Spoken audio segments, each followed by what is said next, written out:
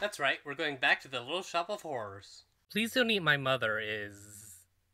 well, a lot of it's porn. But it's also a ripoff of the 1960 movie The Little Shop of Horrors, and as the title of this video suggests, may have inspired the musical and the movie, which wouldn't come out until almost a decade later.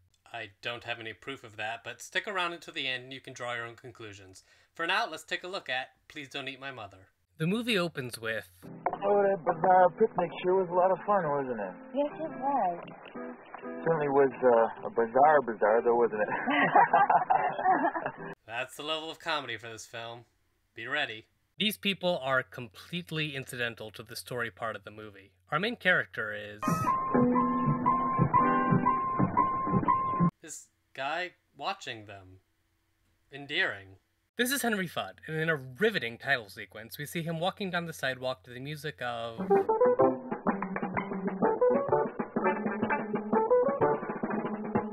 the Addams Family?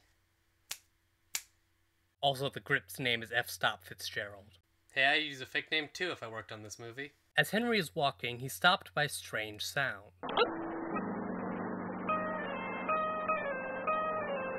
The sound turns out to be coming from a flower shack owned by a character I'm guessing is named Gaylord McImagay. Hi there.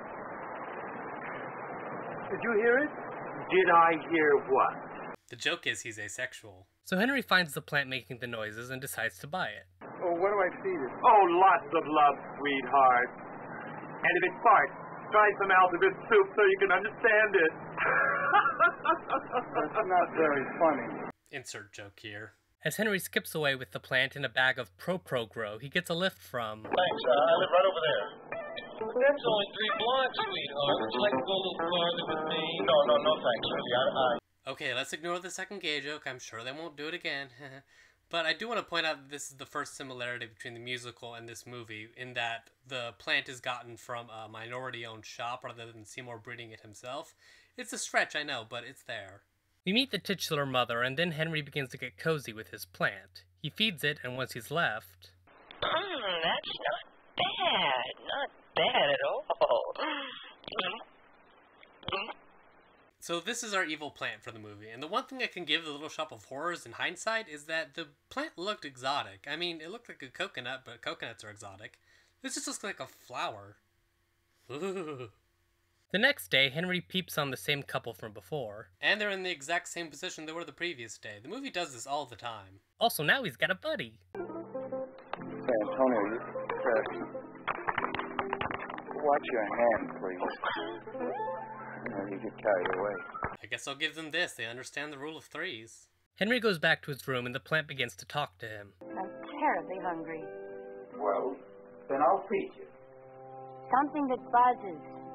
Something that buzzes? Something that what? Buzzes, darling.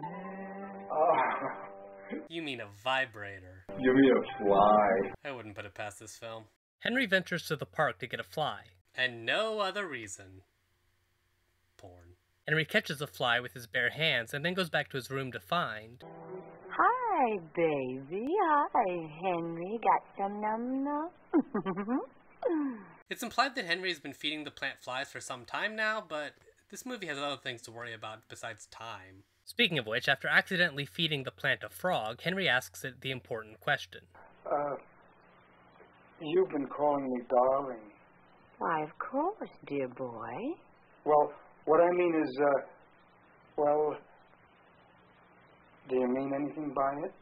You know, I've never watched a killer plant movie and wanted the plant and the human to get together. And I still don't, because no. Henry goes back to his peeping Tom habit and, oh, you're not even trying. Is he bragging to Henry, or to us? I mean, either way, I don't care. When Henry goes back to his room, the plant hears a sound she finds interesting. And whatever you think it is, it's actually worse. They wouldn't. How exciting it would be, Henry. Oh, please. They wouldn't. Come on, doggy. Stop looking at me. This movie. Oh my God, how you've grown! And how I hope any self-respecting man has shrunk. So yeah, he feeds a dog to the killer plant. It's not shown, thank God, but the movie leaves no room for doubt. Oh, that was Earring, darling. Take the other one out. I'll have it later. You can put it in a doggy bag. I'm so sorry. Henry goes out to find more food for the plant and comes back with a bag of cats, oh, for crying out loud. Anyway, after more voyeurism, Henry goes back to his room and shows the plant one of his dirty pictures. The plant decides that the woman in the picture looks delicious. Meanwhile, Henry's mother picks the lock on Henry's door and discovers the secret. As punishment... Closer, closer. She's jump cut out of existence? she's eaten. Oh, so that means the movie's over, right? No, only about halfway. Why do I talk to you? Anyway, what does a normal person do shortly after their mother gets brutally murdered? Much more sex, of course. And is it just me, or does this not sound like the music for a porno?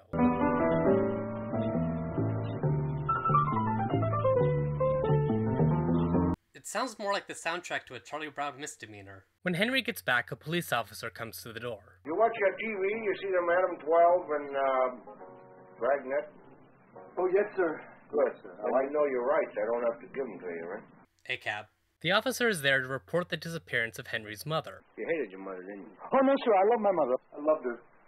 That's very unusual. Not true. Love you, Mom. Sorry about the Charlie Brown joke. He looks around for the titularly eaten mother and ends up... eaten. What? I don't know what the f*** you did to me, boy. Honestly, I'm surprised that plant prop can hold a grown man without collapsing. Gold star. And a year's detention. That was a man? Yeah. Just saying. Don't ask me. I know no more than anyone else. The plant asks again for a pretty young woman to eat, so Henry calls someone he knows about getting one. The woman arrives immediately, and I mean immediately, and after showing off her body some, she gets eaten too. I can't believe I ate the whole thing. Well, I guess I can cross off shoehorned in pop culture reference off my bad movie bingo. I can't believe I ate that whole thing. Take 2 Alka-Seltzer. But I need sex, darling. That's what I need. Yes, sex. Guess it was only a matter of time. Just what in the hell are you trying to do, Henry? Oh, thank God this movie does have some sense. Using the policeman's badge, Henry goes back to the plant store and buys a male version of the plant. He then uses the policeman's gun to get the last couple he watched to come with him, and they get eaten too. Jeez, I think Henry's got a higher kill count than all the Seymours. After overhearing the 2 plants having sex, Henry tries to kill himself, and when that doesn't work, shame, he goes to his next best coping mechanism. Okay, if you cut out all the non-plot relevant porn and nudity, yes, some of it is plot relevant, then you lose a quarter of the movie, and it really slows this movie down, and that's why I keep bringing it up. Also, I think it's funny. We then have to watch a couple arguing, spurned on by the man commenting on the size of his... root. Is this what normal couples argue about? Asking for a friend. The argument gets so heated that the 2 both reach for the man's gun. Oh yes, oh yes, oh yes, they both, oh yes, they both, oh yes, they both reach... Anyway, the lady shoots the guy. Understandable. Understandable. Well, you have to dispose of him. Just call me Helpful Henry. Not the H adjective I would have used, but okay. They bring the man's body for the male plant to eat. Oh, and the plants are now called Adam and Eve. The woman begins trying to have sex with Henry. And that's the most unrealistic part of the movie. But Eve eats her. Hey, Henry, she's a dog-eat-dog world, huh? Don't remind me. Henry gets the gun and rushes in to kill the plants, only to find they've had baby plants. Rock-a-bye, baby, on the treetop. Okay, now we get to the part of the movie that really reflects the musical and the movie adaptation. Are you ready? Here it is. Free plan. Anyone for free plan? Free plan. Free plan. Anybody for free plan? Beautiful, newly born plan. Free, absolutely free. No, it's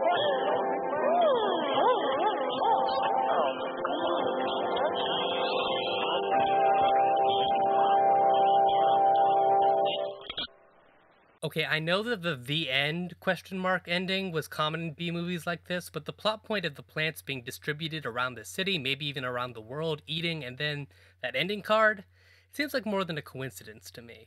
Then again, I'm not sure I want my favorite musical to have been inspired by this. This movie just doesn't work. It doesn't work as a comedy because it isn't funny. It doesn't work as a horror. Heck, I'm not even sure if this one wanted to be.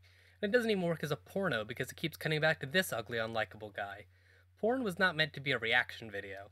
It's also long and drawn out and hard to sit through at times. The acting isn't terrible most of the time, and the plant prop isn't the worst I've ever seen, but that's about all it has going for it. Well, I never thought I'd review porn on this channel. Join me next time when I review Little Shop of Horrors. No, I'm not doing that.